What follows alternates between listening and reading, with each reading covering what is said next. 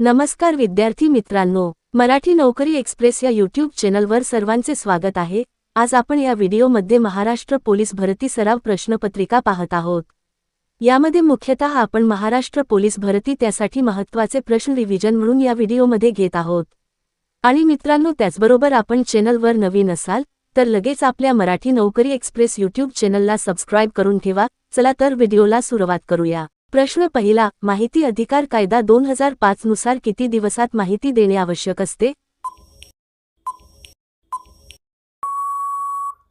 पर्याय क्रमांक 3, 30 दिवस हे याचं योग्य उत्तर होईल। माहिती अधिकार कायदा 2005 नुसार 30 दिवसात माहिती देणे आवश्यक असते।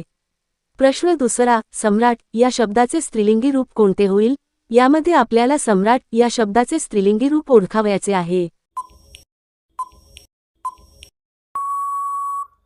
पर्याय क्रमांक 3 याचं योग्य उत्तर होईल।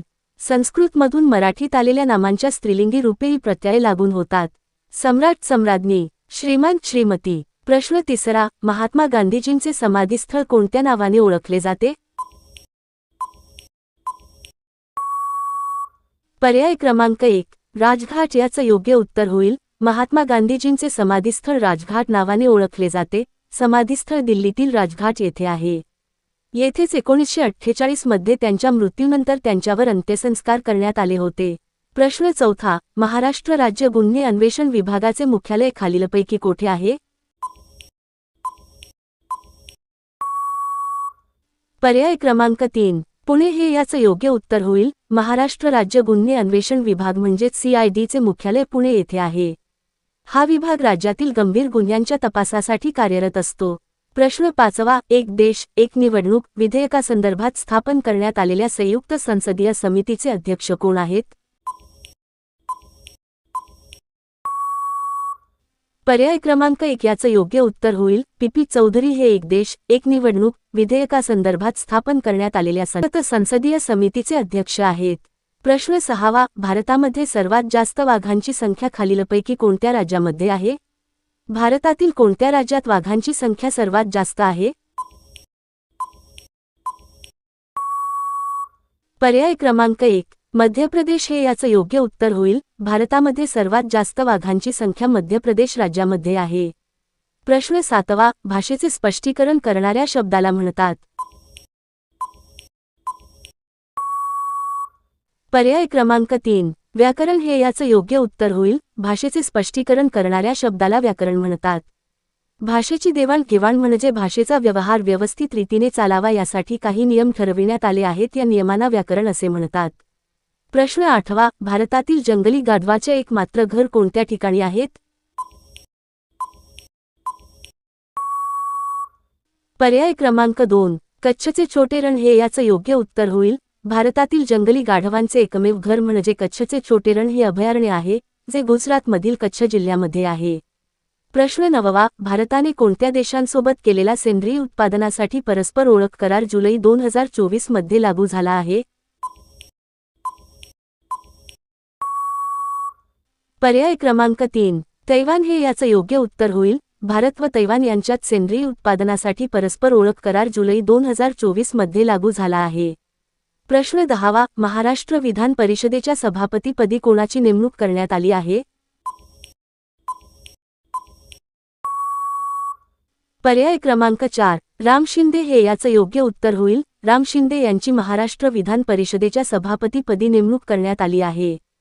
प्रश्न 11वा, ख्रिश्चन धर्माची स्थापना भारतामध्ये सर्वात प्रथम कोणत्या राज्यात झाली?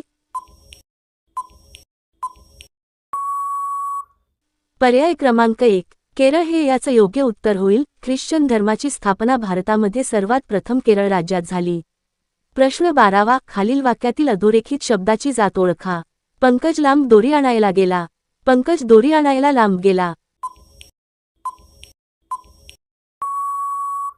पर्याय क्रमांक 1 याचं योग्य उत्तर होईल।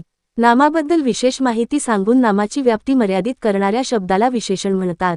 क्रियापदाबद्दल विशेष माहिती सांगणाऱ्या शब्दास क्रियाविशेषण म्हणतात। पहिल्या वाक्यात लांब हा शब्द दोरी या नामाचे विशेषण आहे व दुसऱ्या वाक्यात लांब हा शब्द गेला या क्रियापदाची विशेषण आहे।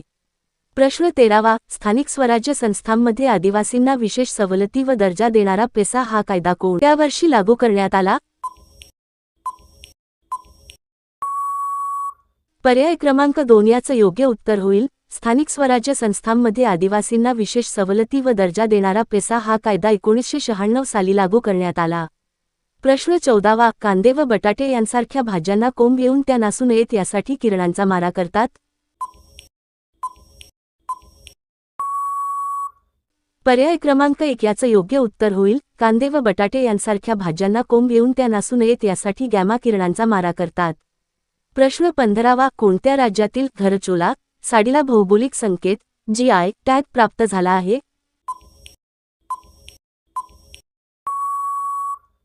पर्याय क्रमांक 2 याचं योग्य उत्तर होईल गुजरात राज्यातील घरचोला साडीला भौगोलिक संकेत प्राप्त झाला आहे.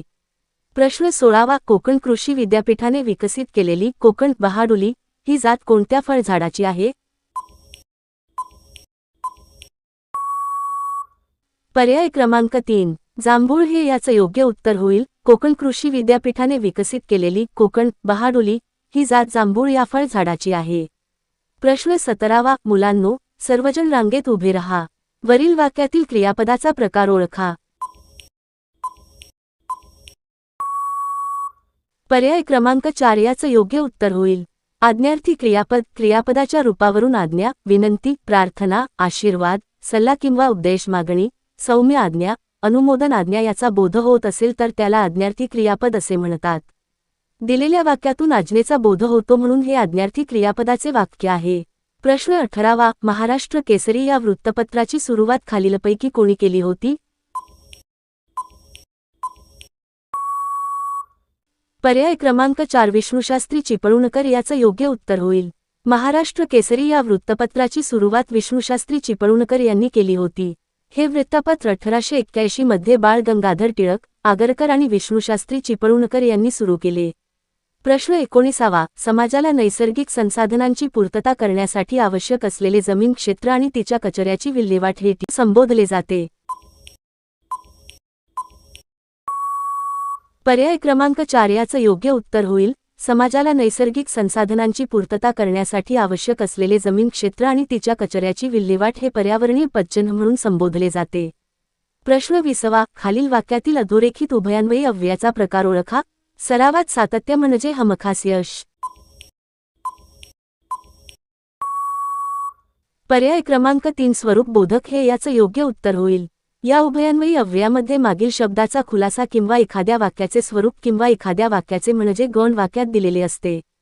प्रश्न 21वा, जगामध्ये सर्वात पहिली मध्यवर्ती बँक कोणत्या देशात स्थापन करण्यात आली होती? पर्याय क्रमांक 3 स्वीडन हे याचं योग्य उत्तर होईल.